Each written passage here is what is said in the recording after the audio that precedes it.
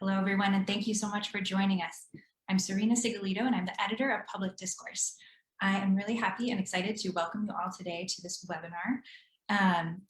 This is a new series that we're doing. We've started doing some online events. We've had one with Sohrab Ahmari, one with Andrew Walker, and today we are featuring a panel starring Erika Bachiochi, talking about her new book, The Rights of Women. We will also have Alexandra DeSantis and Leah Labresco-Sargent joining us. So before we jump in, I just want to speak a little bit about what public discourse is and then give a bio of each of our panelists today, and then we will hear from Erika about her book. So public discourse, and in case you are unfamiliar and are not yet subscribed, you should be. We are a free online journal. We publish an article a day, a long form article, usually about 1,500 to 2,000 words, where we really delve into the applications of natural law philosophy or various kind of strands of academic thought on the nitty-gritty of public affairs and building a healthy, thriving society together. We are the online journal of the Witherspoon Institute, which is based in Princeton, New Jersey. I'm the editor of Public Discourse. My name is Serena Sigolito, again. I also recently completed a fellowship with the Fund for American Studies, a Robert Novak Journalism Fellowship, where I focused on contemporary American women's experiences of work and motherhood.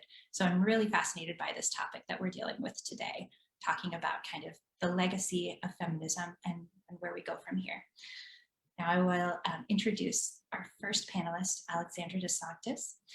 She is a staff writer at National Review, welcome, and a visiting fellow at the Ethics and Public Policy Center.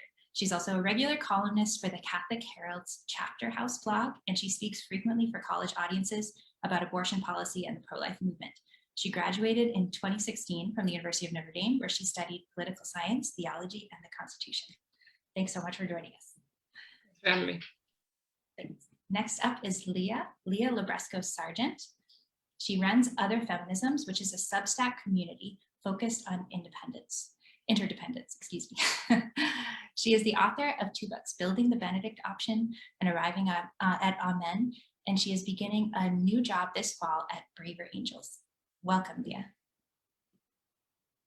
And finally, we have Erika Bachiochi. She is a fellow at the Ethics and Public Policy Center and a senior fellow at the Abigail Adams Institute, where she founded and directs the Wollstonecraft Project. Her new book, The Rights of Women, Reclaiming a Lost Vision, was just released by Notre Dame University Press today. Welcome, Erika, and congratulations. Yeah. All right, so I'm going to hand this over to you, and we'd love to hear your opening remarks about the book. Thank you so much, Serena, for bringing us all together, and it's a real honor, Leah and Zan, to join me on this publication day. Check out Zan's review of the book at Public Discourse just today. Really appreciate that, Zan. So let me take a few minutes to just share the story of how the idea for this book kind of grew within me, and then speak a bit to the lost vision I am seeking to reclaim. So though the book is an intellectual history, the history of the idea of women's rights and how the philosophical foundations for this idea have shifted profoundly over time, it has to be said that my own personal history of when and how I grew up really shaped the questions that inspired this work. So before I get into the ideas, I want to share just a bit about that history because I think it illuminates the project as a whole. As a middle-class white woman born in the mid-1970s, I profited where the 1970s feminist movement made its most obvious gains. By my late 20s, I'd competed athletically at the collegiate level, no doubt, in part thanks to Title IX, and had earned 2 graduate degrees.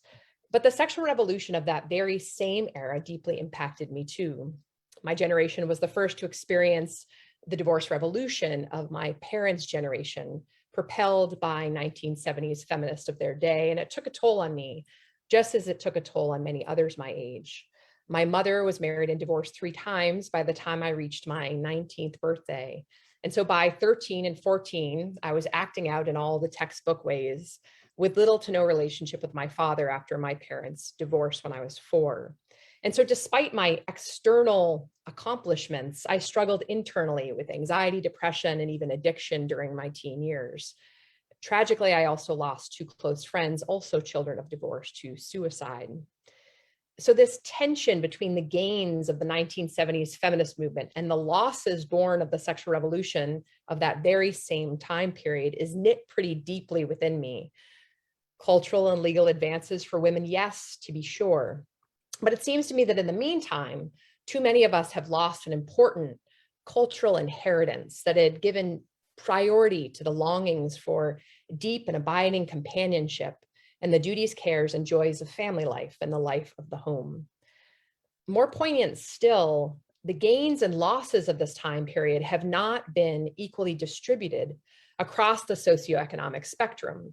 Elite women like me have enjoyed the lion's share of the gains, while the poor and working classes have experienced the greatest losses.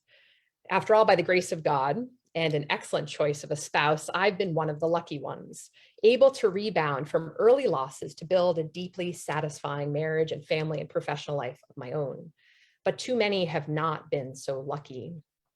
In our deeply divisive culture war politics today, the fault lines are often drawn around how one thinks about the intersecting feminist and sexual revolutions of the 1970s. Revolutions that really reshaped Western society in fundamental ways, transforming how all of us live, love, and work today.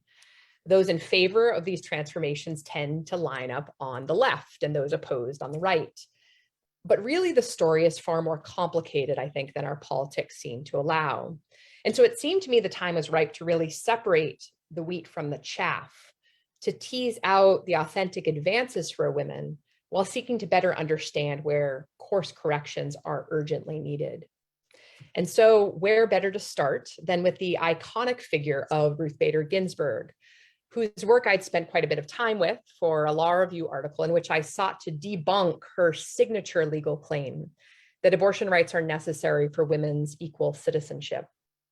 Ginsburg, of course, had shepherded through many of the legal advances for women in the early 1970s, rightly arguing, in my view, that women ought not be pigeonholed legally as homemakers, but should rather enjoy the equal opportunity with men to contribute to more public undertakings.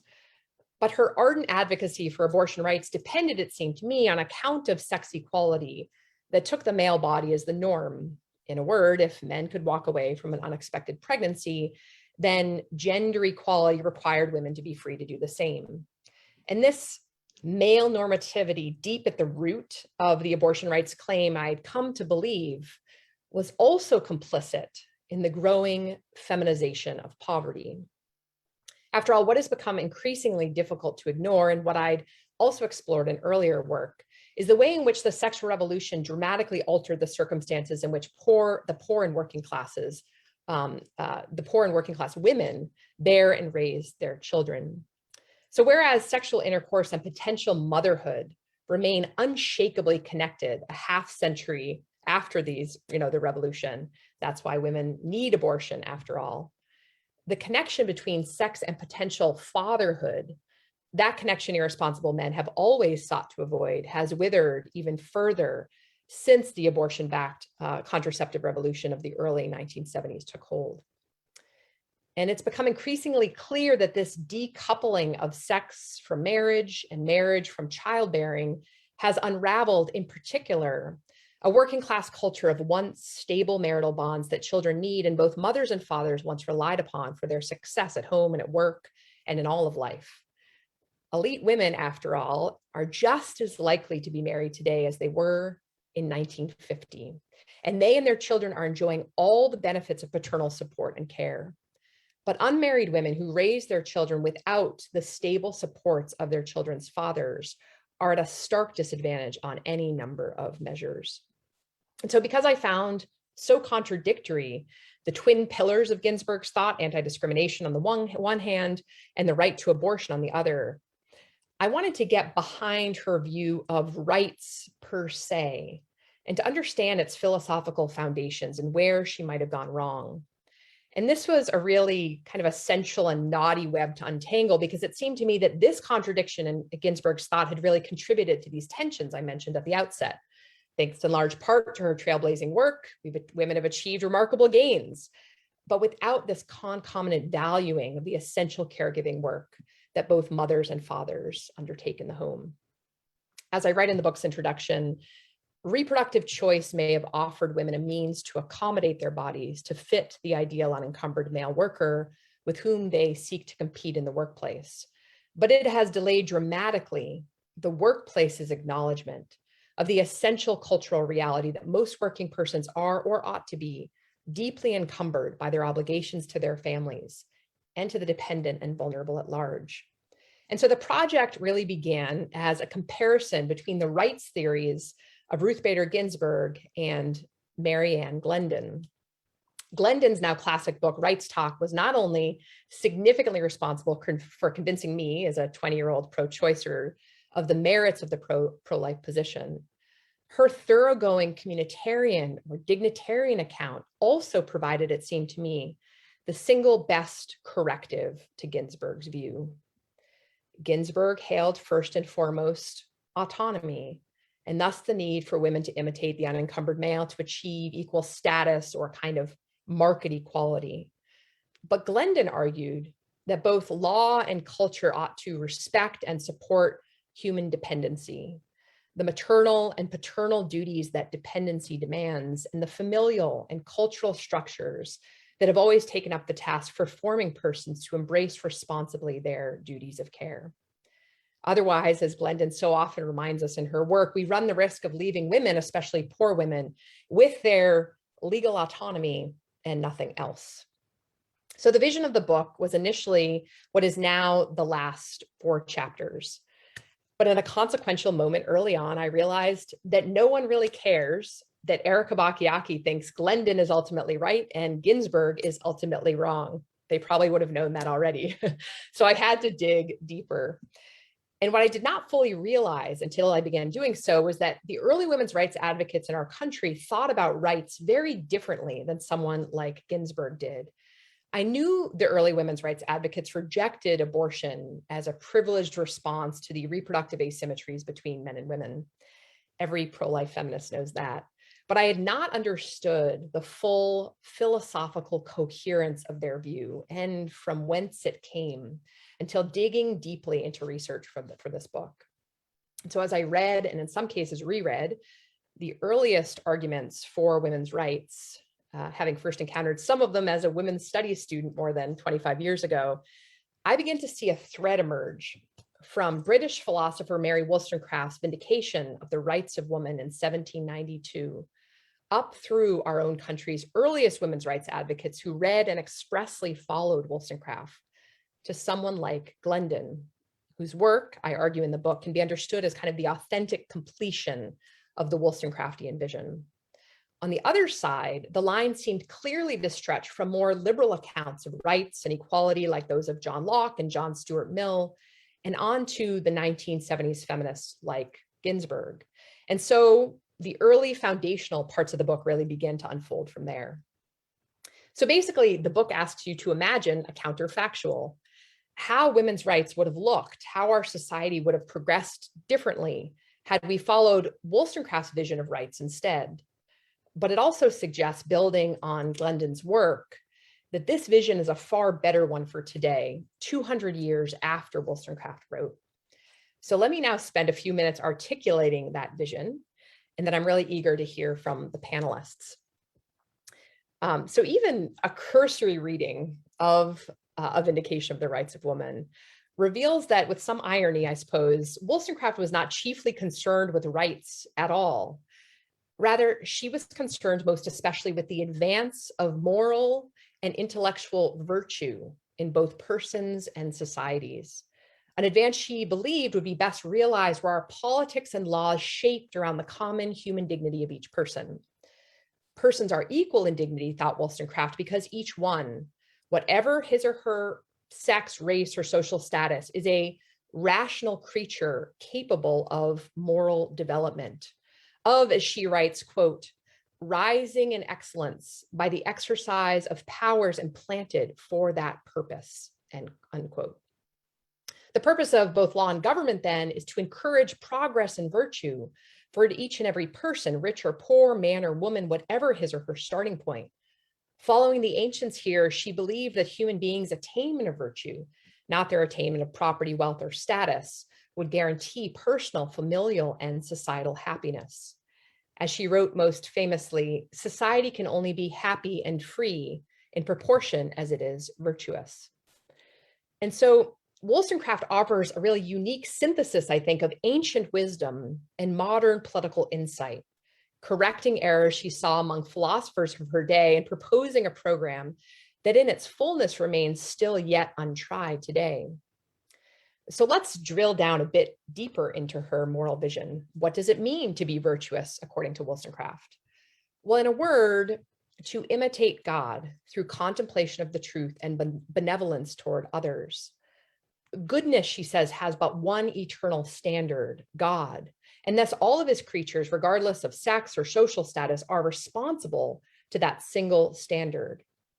But more concretely, virtue is for Wollstonecraft cultivated in the daily obligations of life, obligations which spring forth from our given nature as rational, moral, and social beings. Duties to self, she says, to develop one's rational faculties and to master one's appetites.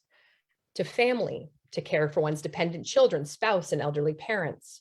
To fellow creatures, to be useful in one's work and to respect the human dignity of all.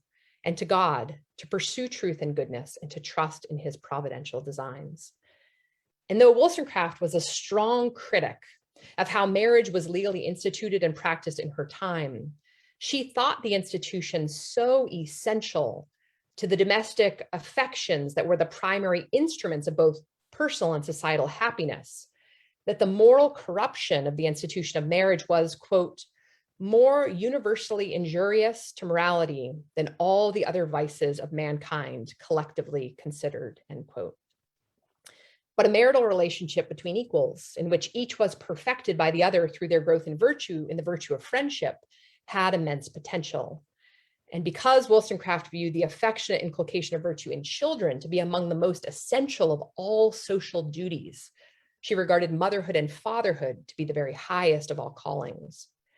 And so our concrete day-to-day responsibilities to others are the first reality. Rights for Wollstonecraft are born of and enable us to fulfill those responsibilities. Thus, for instance, it would be philosophically untenable to claim that a mother could enjoy a right to end the life of her own child. Rather, she enjoyed rights to better discharge the special duties of care she owed to that child. Wollstonecraft's defense of rights was thus inspired by an ancient view of the human person, one that exalted the common human pursuit of wisdom and virtue above all else. And she saw how these ends proper to the human person are achieved concretely in the good that is to be done each day.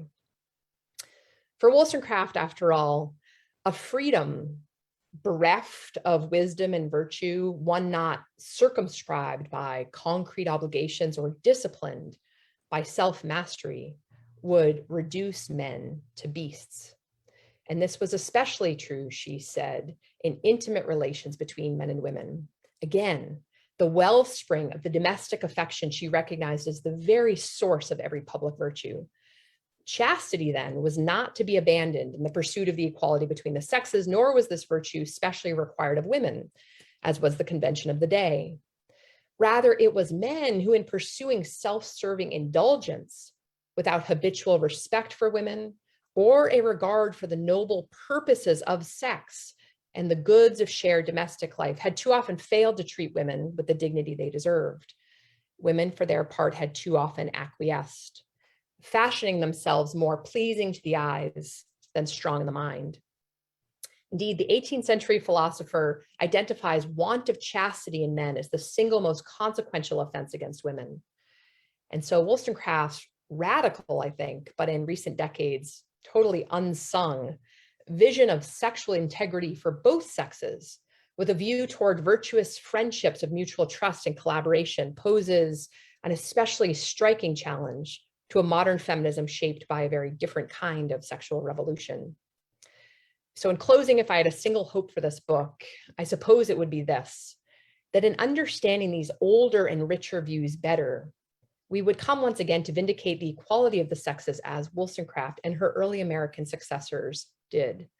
First, by affirming that men and women share equally in the human capacity, indeed common task of intellectual and moral excellence, but that excellence, that equality, is most manifest not in our value to the market economy, which is the view kind of pushed by feminists today, but rather in the shared and reciprocal responsibilities we undertake as mothers and fathers, sons and daughters, sisters and brothers, citizens, colleagues and friends. As Wollstonecraft poignantly put it, quote, "Society is not properly organized, which does not compel men and women to discharge their respective duties." Today, I think our duties might be best compelled if they were but better recognized, prioritized, and supported. Thanks so much. Thank you so much, Erika. That was a wonderful overview. Now, welcome back our panelists now.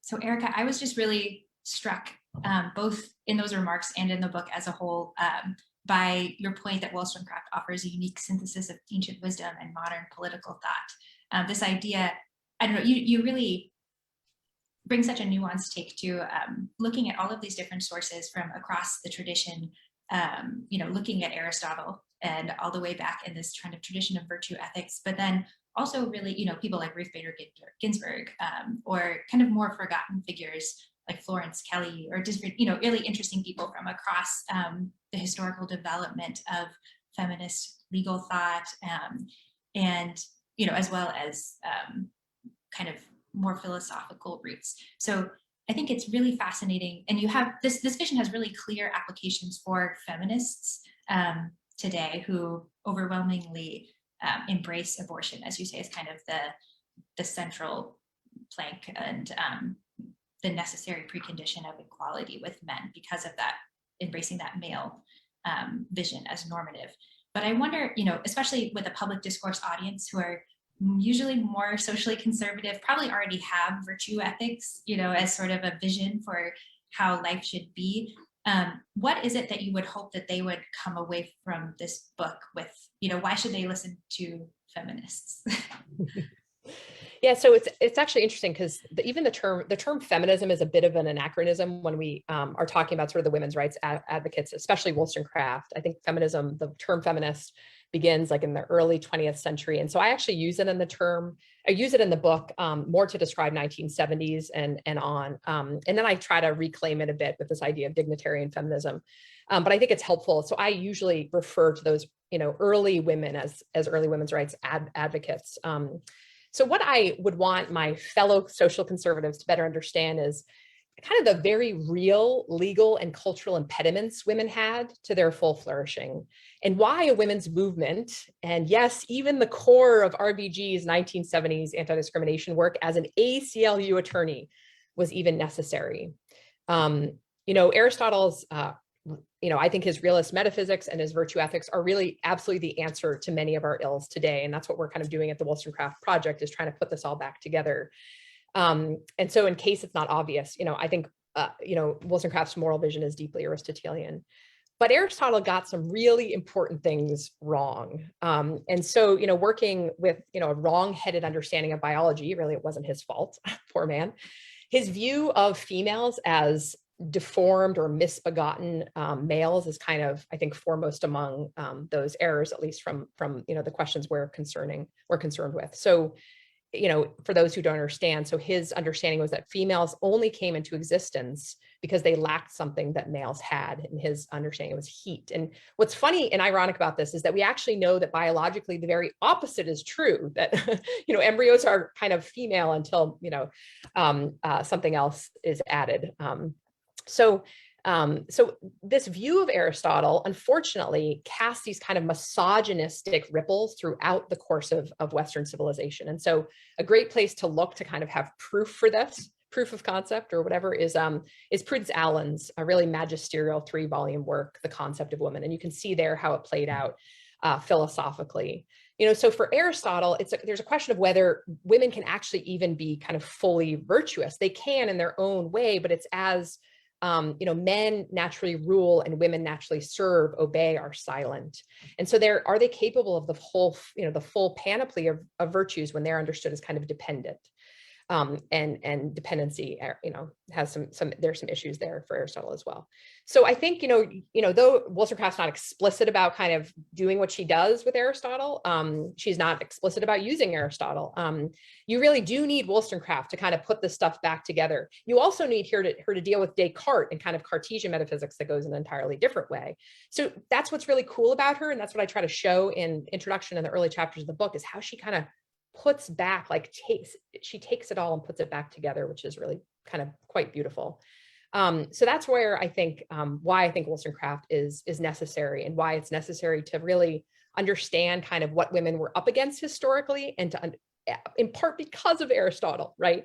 And then to see how it cashed out, and how these early women's rights advocates were very much, trying to really see kind of the family and their work in the family as really essential work. And I think not just historically what women were up against. Yeah. I think that idea that women are in some sense deficient men is something that still poisons our society, and can even be a toxic strain within feminism.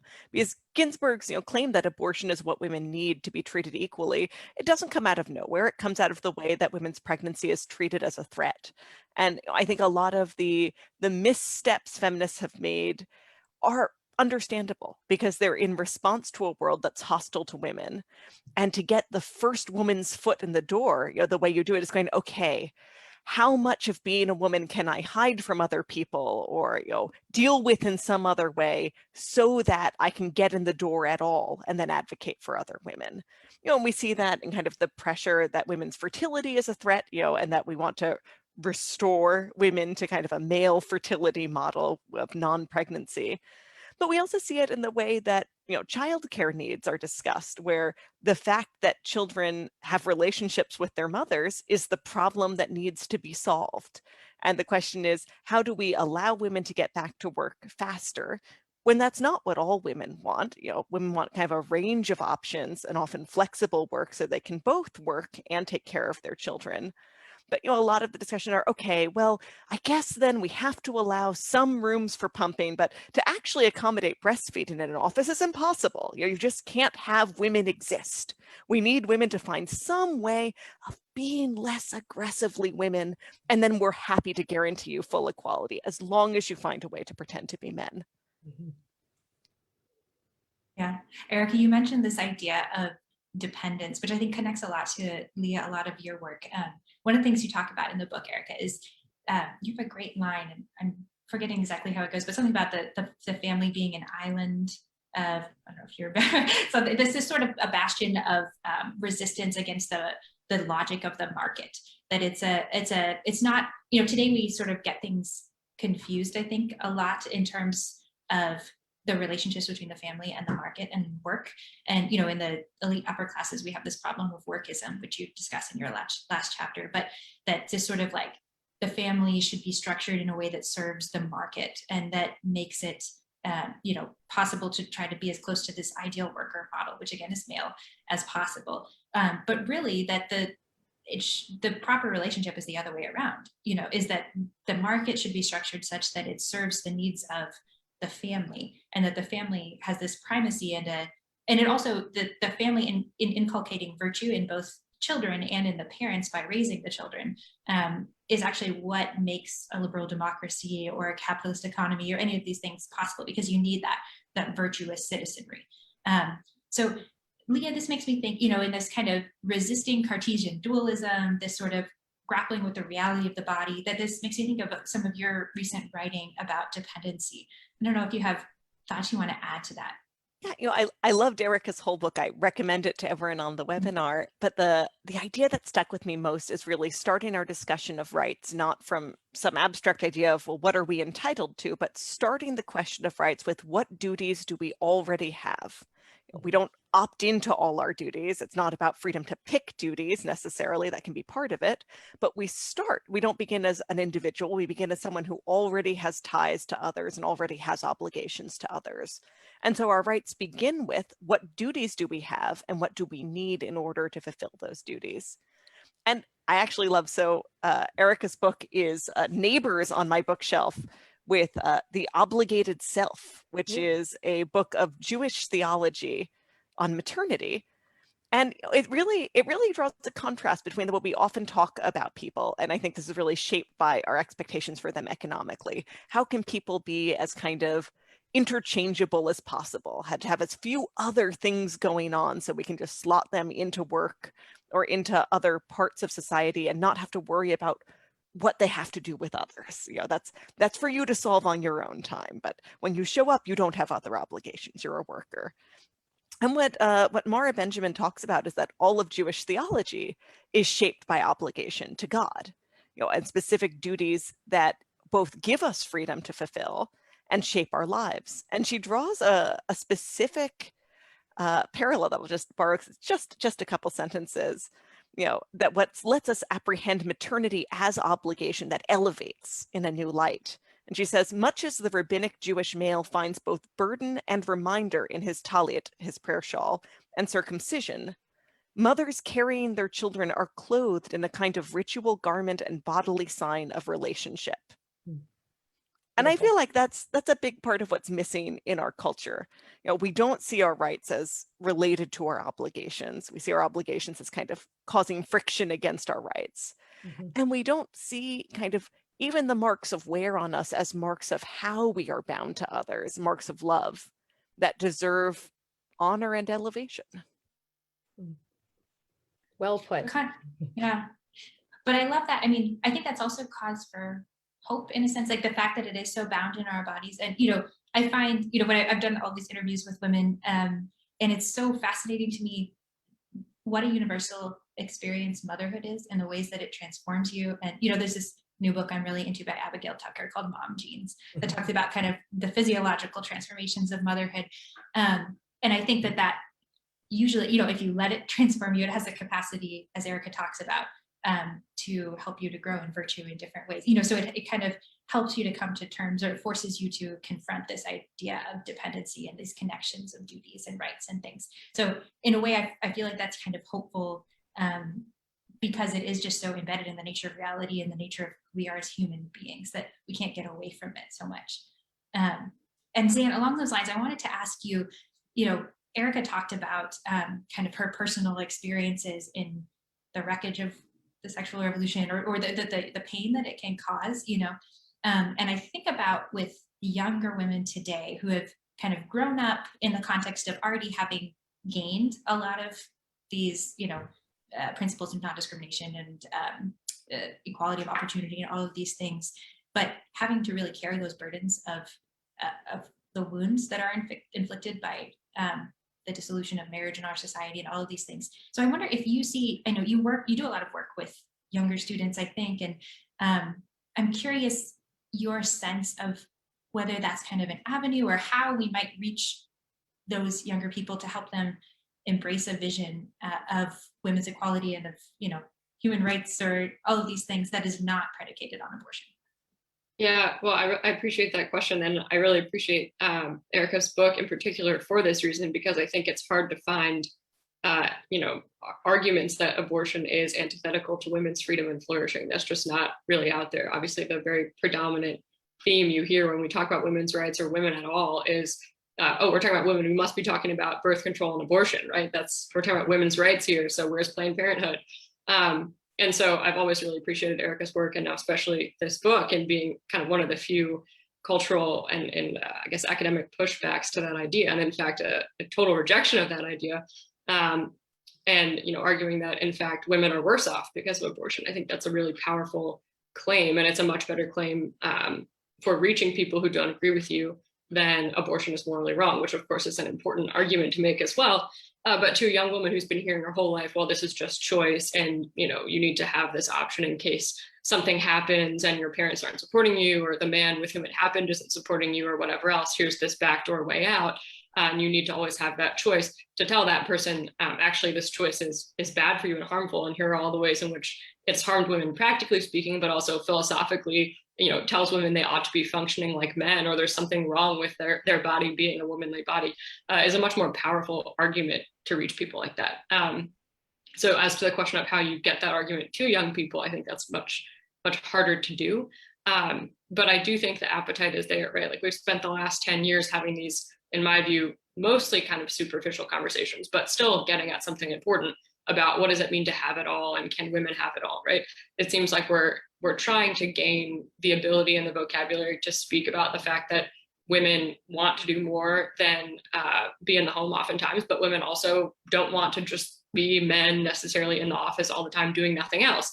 Not that men do nothing else either, right? That's kind of like the weird impoverished vocabulary that we have, where everybody, you know, women are supposed to be men and men are always in offices and aren't fathers, but women are mothers and are always home with kids, right? It's just very strange. And so even in those conversations, I think the vocabulary is not quite robust enough to get at what we're talking about. But there does seem to be this sense of, okay, well, I do want to work as a young woman coming out of college with a higher education degree, but it's important to me to get married. And what does that look like? What does it mean to find a good husband? Where do I find a good husband? Do I go on Tinder?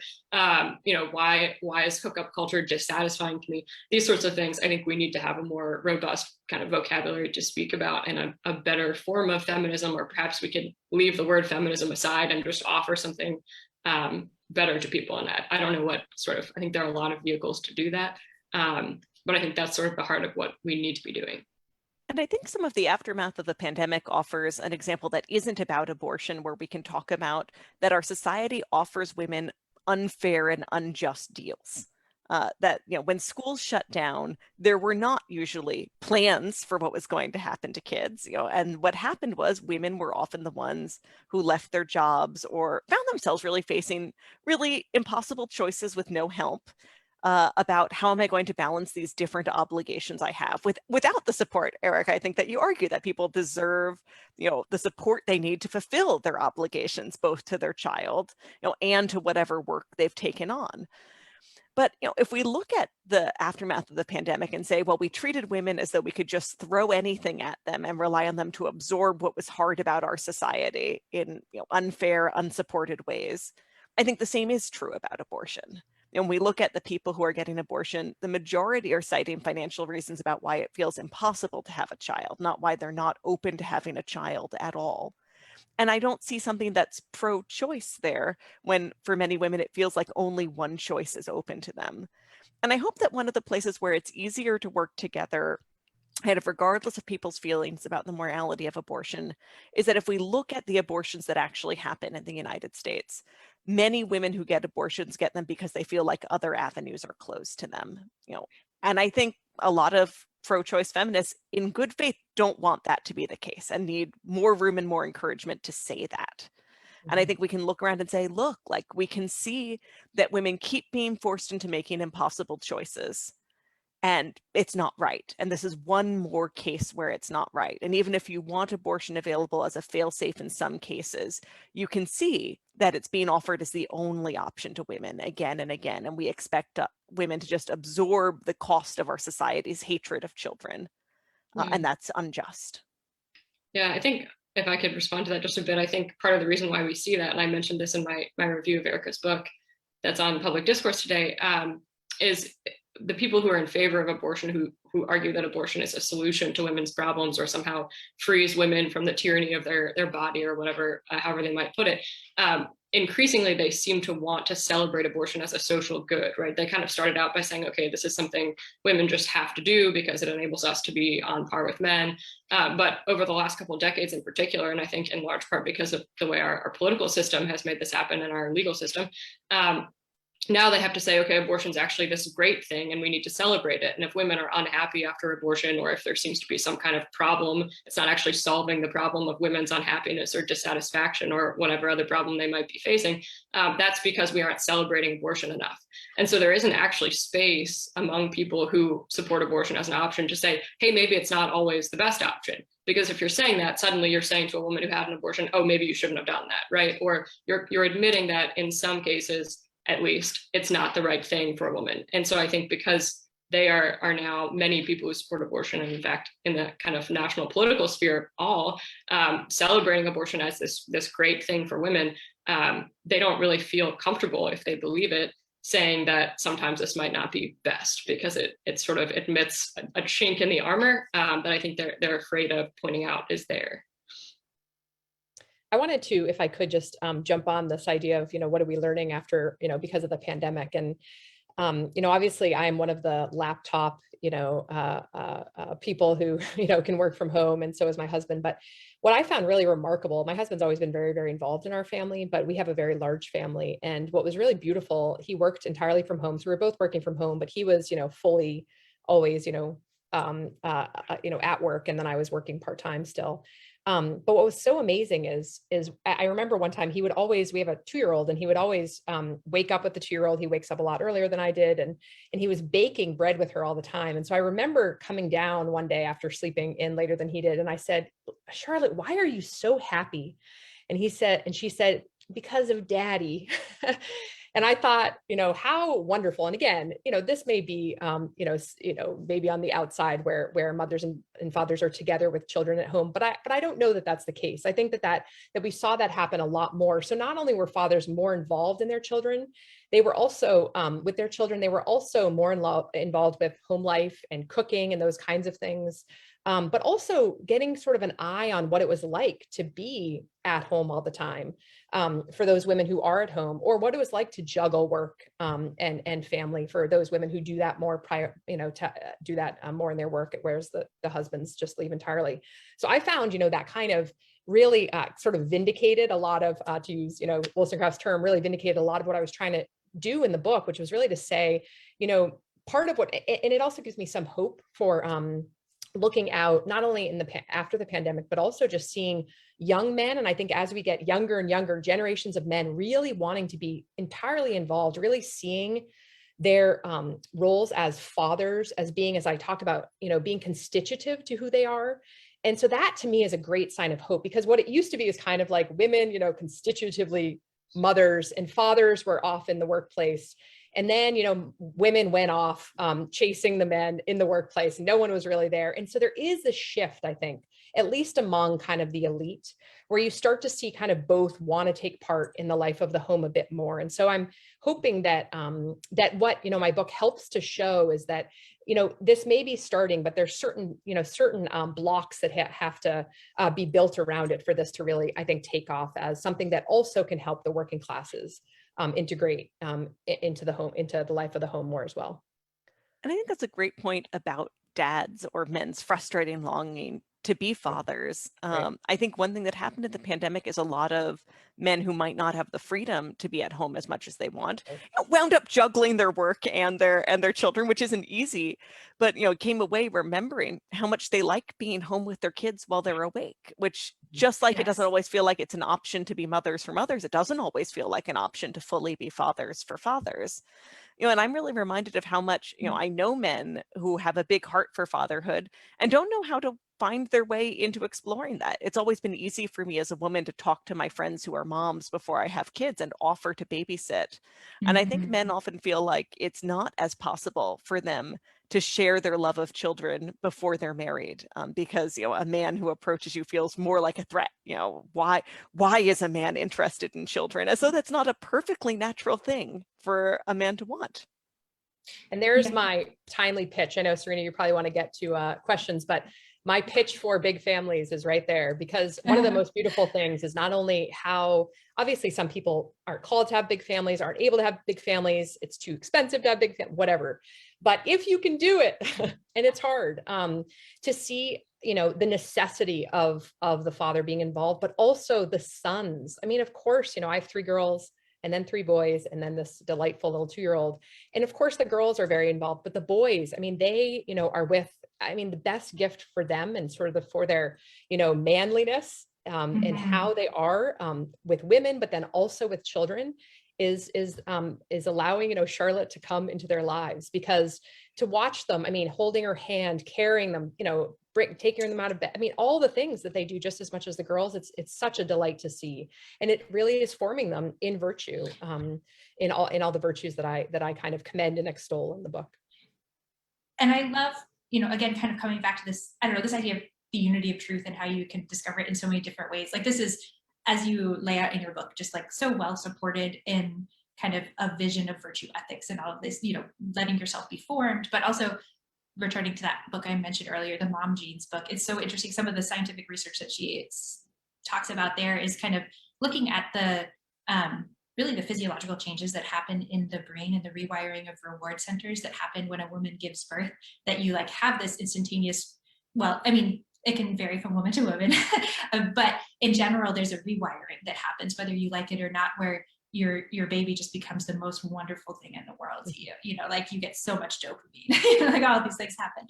And it's so interesting because for men and for non-mothers who are women, that happens, that change can happen, but it's not this like rush after birth. It's this gradual acclimation of like your brain is actually rewired as you spend more time with your kids, like whether that's during paternity leave after, you know, and playing with your baby and all these things as a father, or, you know, younger when you're babysitting or playing with your little sister or whatever it is, you know, just that idea that, I don't know, that it builds upon itself, that when you have more interaction with babies, you love babies more, at least, you know, and that's a way of transforming society.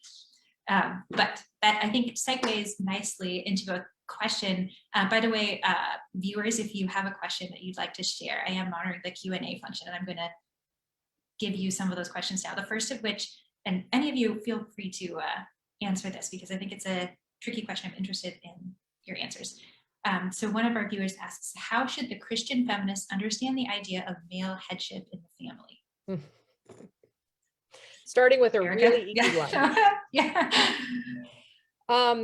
Yeah, so I'm not sure if I'm the best to answer that. I guess what I would do quickly, and Leah remembers me doing this when I spoke at Princeton, but I'm just going to commend a chapter of Women's Sex in the Church to you, and that's Cassandra Hughes' chapter, a book that I edited on the sexual teachings of the church. I think that's really excellent in how she thinks about that. You know, I am more of the John Paul II kind of opinion of mutual submission. And I think that really works quite well.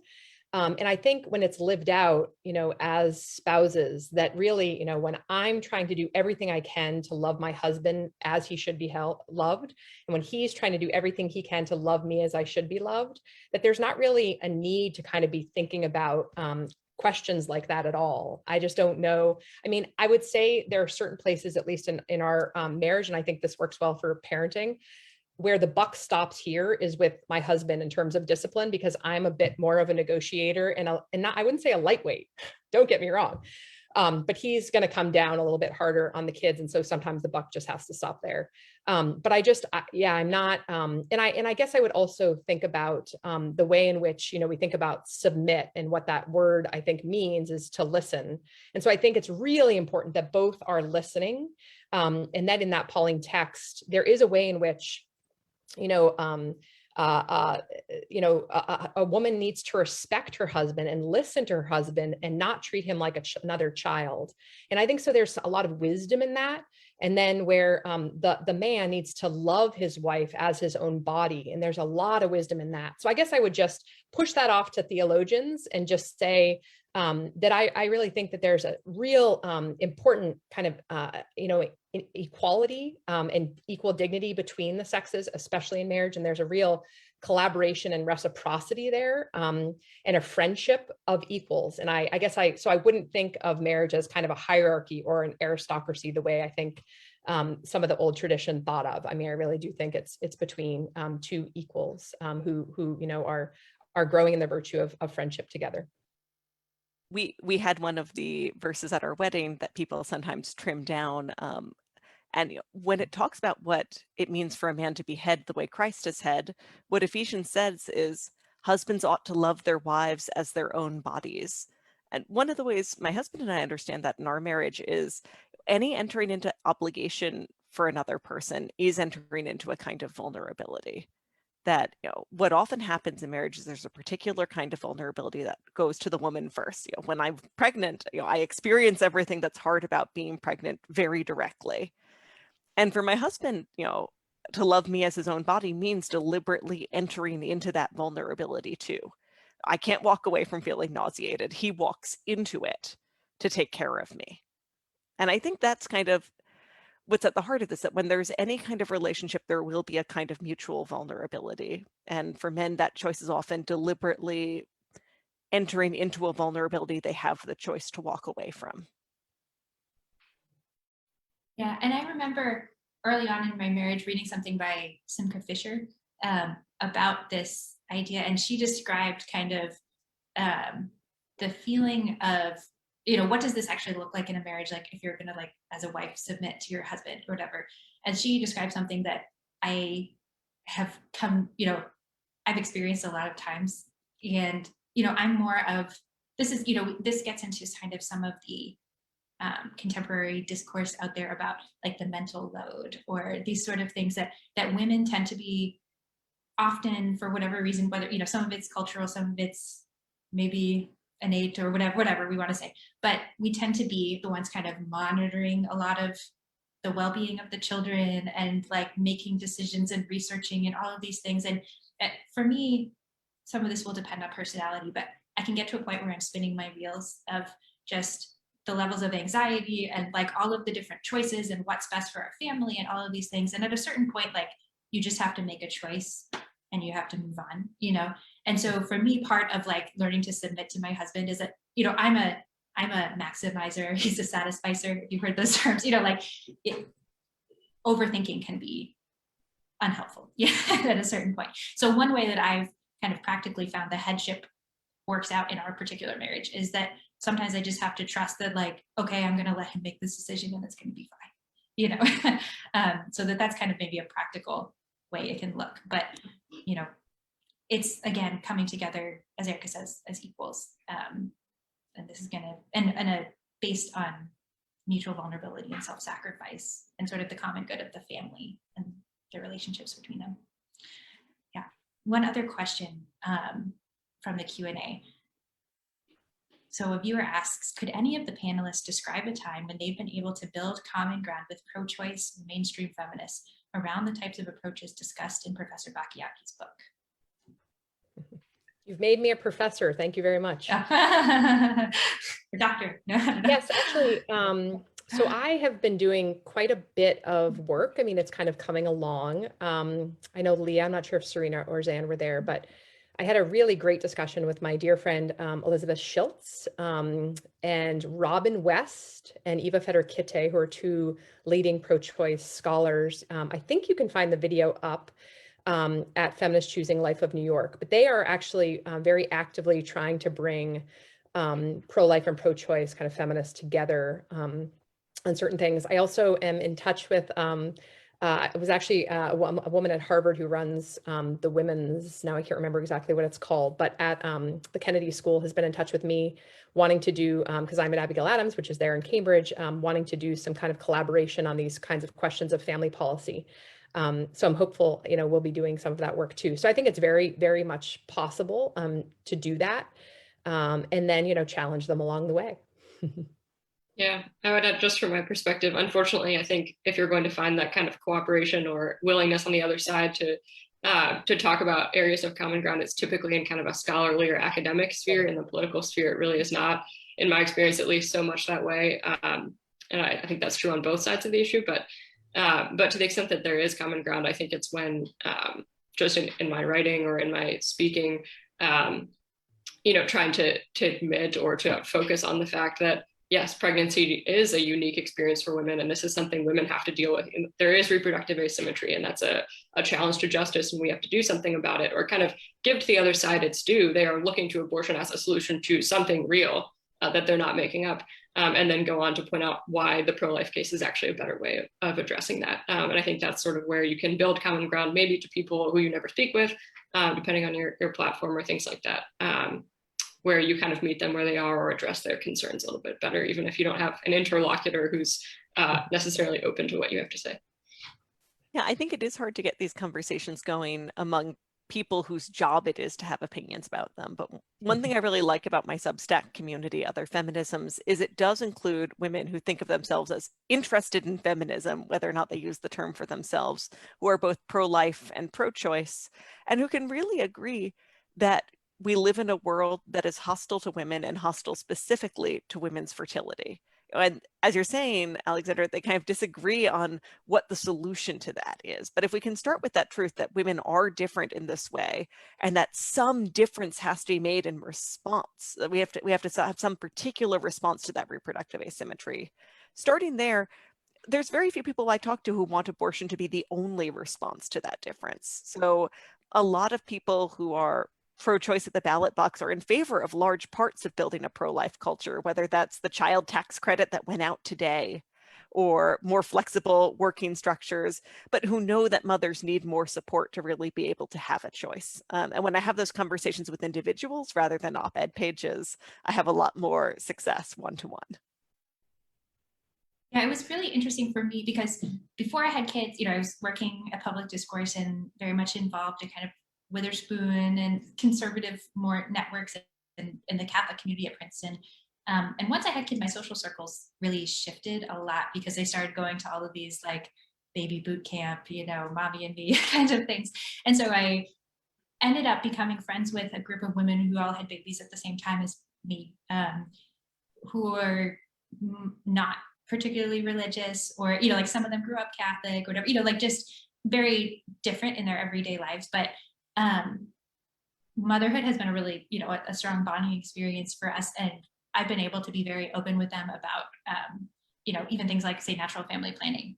Erika, you discussed the voluntary motherhood movement early on, so this is kind of an interesting tangent or part of the discussion. But I find that in the context of particular relationships, we can kind of build up that level of trust that you can discuss why you believe what you do.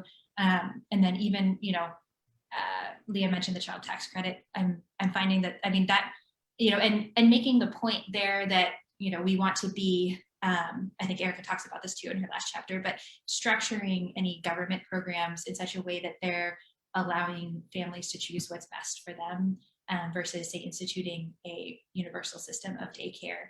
And I find that resonates with a lot of people, even if they're not pro-life or or more politically liberal. This sort of thinking through ways, because that resonates with their experience. Again, these are more upper middle class women, but they have made these, as Erika talks about, the kind of sections on the feminization of poverty. They've made these kind of traditional or neo-traditional choices in their own lives, and they see the good of a supportive partner in marriage and all of these things and having kids in that context. So I think using that as a starting point can be helpful in conversations about things like public policy for child tax credits, for paid family leave, if we can get there.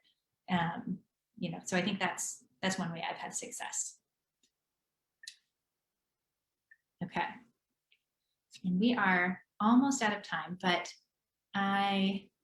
maybe we'll take one more question here.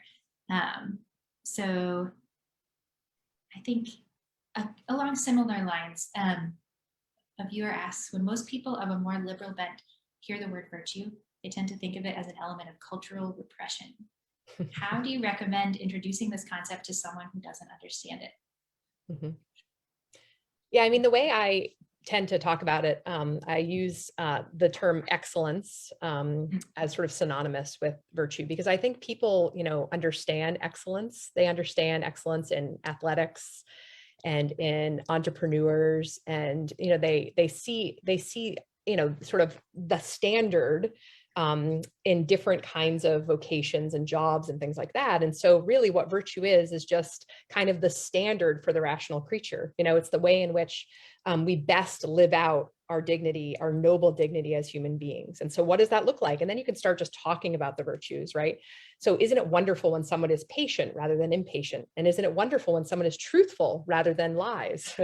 And so as a mother, and I think when parents really take seriously their work as parents in inculcating virtue, they may not talk about it like that, though we do very much in our home, but they are teaching virtue if they're doing this seriously. They want their children to be honest with them. Of course they do. They want their children to be courageous when there's a bully at school. They want them to be persevering when they, have a difficult work assignment, or they, so there's all different ways in which that kind of language of virtue, I like to just use it as much as I can with my children, because I think we need to become more familiar with that language as the really excellent human being. And the way I differentiate it is to say, well, do you want to be a beast? Because when you fall away from virtue, That's where, when we use our freedom, and Wollstonecraft is so good on this, when we use our freedom without that kind of self-mastery, without mastering ourselves and calling ourselves toward that excellent human being, we do reduce ourselves to beasts and end up being pulled by whatever appetite happens to, most please us at the moment. And so I think you see this so richly in parenting, and in your own struggle, I think too. So I think using those kinds of examples is kind of the best way. I agree. Virtue is a term that really has to be, I guess on the other side of feminism, these things have to be kind of rethought and retaught. We have to reteach our culture about them, but we're already doing that, when we take our roles as mothers and fathers really seriously. Thank you. That was a really wonderful way to end this excellent discussion. Thank you so much, all of you, for joining us. I really enjoyed this. And to our viewers, please continue to watch Public Discourse. We'll have some more really interesting conversations on this topic. We'll be publishing a long form essay this weekend by Abigail Favale, who has some really interesting insights on kind of the battle royale within feminism of, whether it can continue to exist as a force if we don't have a vision of what it means to be a woman. And we've got responses coming from a variety of people, including Erika and Leah. So look out for that and make sure you're signed up for our emails if you aren't already. Thank you so much for joining. Thank you, Zan, Leah, and Erika, and everyone. Have a good afternoon. Thank you so much. Thank you.